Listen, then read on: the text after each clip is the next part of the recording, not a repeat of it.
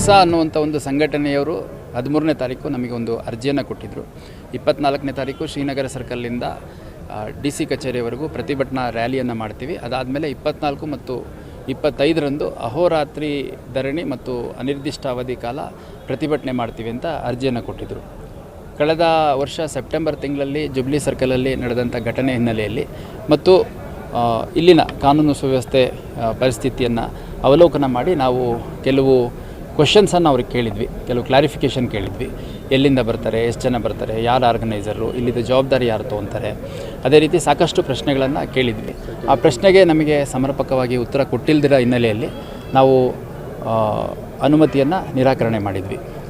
ಅದಾದಮೇಲೆ ಅವರು ಒಂದು ನಿರ್ದಿಷ್ಟ ಸ್ಥಳದಲ್ಲಿ ನಾವು ಪ್ರತಿಭಟನೆ ಮಾಡ್ತೀವಿ ಅಂತ ಹೇಳಿದರು. ಅದಕ್ಕೂ ಕೂಡ ಅವರು ನೀಡಿದಂಥ ಮಾಹಿತಿ ಸಫಿಷಿಯೆಂಟ್ ಇರಲಿಲ್ಲ ಅಂತಂದು ಅದು ಕೂಡ ನಿರಾಕರಣೆ ಮಾಡಿದ್ವಿ. ಅದರ ಹಿನ್ನೆಲೆಯಲ್ಲಿ ಅವರು ಇವತ್ತು ಬೆಳಗ್ಗೆ ಒಂದು ರಿಟ್ ಪಿಟಿಷನ್ ಫೈಲ್ ಮಾಡಿ ಹೈಕೋರ್ಟಿಗೆ ಅಪ್ರೋಚ್ ಆಗಿದ್ದರು.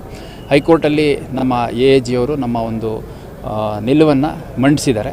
ಅದರ ಹಿನ್ನೆಲೆಯಲ್ಲಿ ಅವರು ಅಕ್ಸಾ ಫೌಂಡೇಶನ್ ಆರ್ಗನೈಸೇಷನ್ ಅವ್ರಿಗೆ ಮತ್ತೊಮ್ಮೆ ನೀವು ಹೋಗಿ ಕಮಿಷನರ್ಗೆ ರಿಕ್ವೆಸಿಷನ್ ಕೊಡಿ, ಅವರೇನು ಕ್ಲಾರಿಫಿಕೇಷನ್ ಕೇಳ್ತಾರೆ ಅದನ್ನು ನೀವು ಕೊಟ್ಟಂಥ ಸಂದರ್ಭದಲ್ಲಿ ಅಲ್ಲಿನ ಸ್ಥಳೀಯ ಪರಿಸ್ಥಿತಿಗಳನ್ನು ಅವಲೋಕನ ಮಾಡಿ ಅವರೇನು ನಿರ್ಧಾರ ತೊಗೊತಾರೆ ಅದ್ರ ಮೇಲೆ ನಿಮಗೇನಾದರೂ ಅಸಮಾಧಾನ ಇದ್ದರೆ ಮತ್ತೆ ನ್ಯಾಯಾಲಯಕ್ಕೆ ಅಪ್ರೋಚ್ ಆಗಿ ಅಂತ ಇವತ್ತು ಫೈಲ್ ಮಾಡಿದ ಪಿಟಿಷನ್ಗೆ ಮಾರ್ಚ್ 2ನೇ ತಾರೀಕು ಒಳಗಡೆ ರಿಪ್ಲೈ ಕೊಡಿ ಅಂತಂದು ಈ ಎರಡು ವಿಷಯಗಳನ್ನು ಮಾನ್ಯ ಉಚ್ಚ ನ್ಯಾಯಾಲಯ ಇವತ್ತು ಆದೇಶ ನೀಡಿದೆ.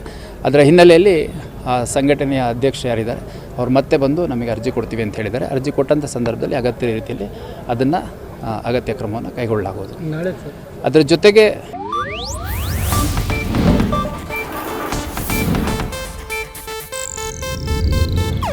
ಇದು ಏಷ್ಯಾನೆಟ್ ನ್ಯೂಸ್ ನೆಟ್ವರ್ಕ್ ಪ್ರಸ್ತುತಿ.